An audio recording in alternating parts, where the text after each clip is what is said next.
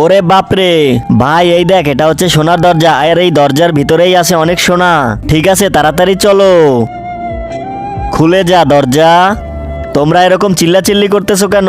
তোমাদেরকে ভিতরে যেতে হলে একজনকে জীবন দিতে হবে। জীবন? আমি জীবন দিতে পারবো না। আরে আমার জীবন তো কখনোই দেব না। আচ্ছা ঠিক আছে, লটারি করা হোক। এক্কা দোক্কা ছক্কা 80 90, এই হলো 100।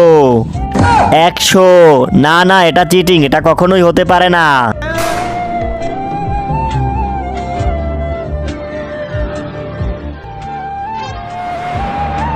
ওরে ভাই রে, এতগুলা সোনা! ভাই তাড়াতাড়ি করে সোনাগুলো নিয়ে নে। কিন্তু কিভাবে নিব? আমরা তো সাথে করে কিছুই আনি নাই। আরে তুই একটা কাজও ঠিকমতো করস না, দাঁড়া আমি কিছু নিয়ে আসতেছি। এই বস্তা ভরে সোনা নিয়ে আসবো।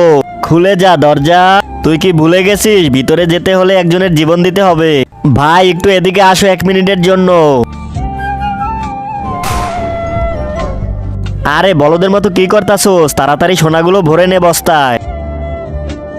আরে তোমরা সোনা দেখেই অবাক হয়ে গেছো? আমার কাছে আসো, আমার কাছে অনেক সোনা, হীরা আর ডায়মন্ডও আছে। আরে ভাই, আমরা তো সোনা বিক্রি করলে অনেক কম টাকা পাবো, আর যদি একটা হিরে বিক্রি করি তাহলে অনেক টাকার মালিক হয়ে যাব।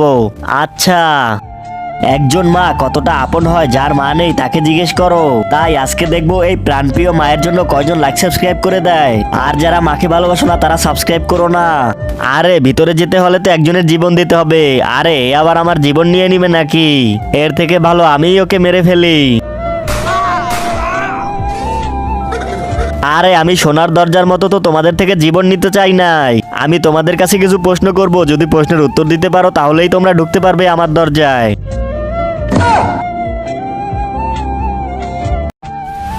আরে আমরা 4 জন লোক কিভাবে আসলাম? আমি তোদের সবাইকে আগুনে জ্বালাবো, তারপর আমি অনেক শক্তিমান হয়ে যাব। ক্রিস, আমাদেরকে বাঁচাও।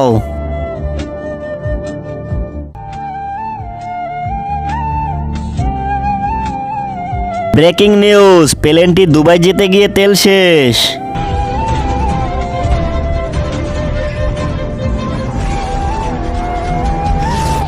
ইয়া, আরে প্লেনটা তো আমার থেকে অনেক উপরে, আমি ওকে কিভাবে ছুবো? ওই তো একটা আইডিয়া পেয়ে গেছি। তোমরা কেউ চিন্তা করো না, আমি তোমাদের বাঁচাতে আসতেছি।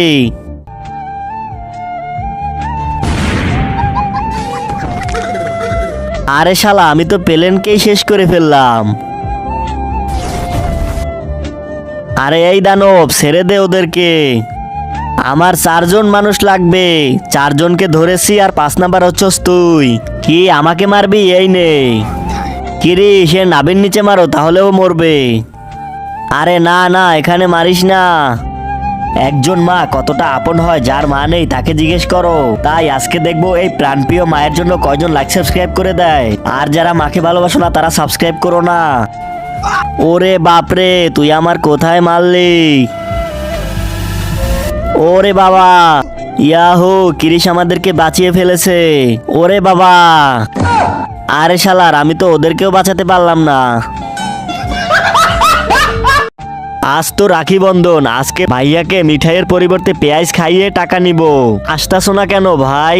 আরে আমি আসতেছি, তোর জন্য টাকা জোড়াচ্ছি। কি টাকা জোড়াচ্ছ? আমি একবার দেখি তো। কি 10 টাকা? গরিব জানি কোথাকার, ভিখারির মতো আমাকে 10 টাকা দিবি? তাও আবার 10 টাকা? হ্যাঁ কুত্তা, পেঁয়াজ খাওয়ালে তো আবার তোকে 10 টাকাই দেব। দাঁড়া বদমাস, দাঁড়া। কুত্তা, ডাইনি, বদমাস। ভাইয়া তোমার হাতে রাখি পরাই। এই নে বোন টাকা। একটা আইডিয়া পেয়ে গেছি।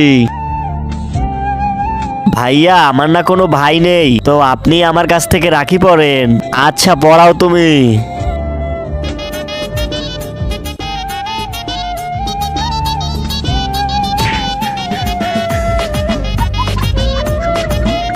নে রাখি পরাইছি, এবার টাকা দে।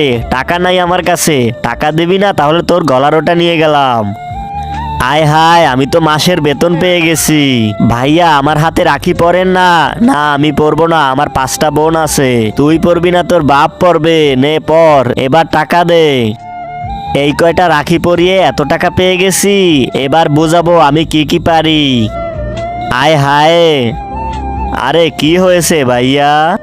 আরে সবাইকে তো তুমি ভাইয়াই বানাও, সাইয়া কাকে বানাবে তুমি? একজন মা কতটা আপন হয়, যার মা নেই তাকে জিজ্ঞেস করো। তাই আজকে দেখবো এই প্রাণপ্রিয় মায়ের জন্য কয়জন লাইক সাবস্ক্রাইব করে দেয়। আর যারা মাকে ভালোবাসো না তারা সাবস্ক্রাইব করো না। আরে আমাকে কোথায় নিয়ে যাচ্ছ? তুই অনেক সুন্দরী, তাই তোকে আমরা কিডন্যাপ করে নিয়ে যাব। চল তোর 12টা বাজাবো। আরে ভাই ছেড়ে দেন, আমি কোনো মেয়ে না, আমি তো ছেলে সেজে রাখি পরাই আর টাকা কামাই।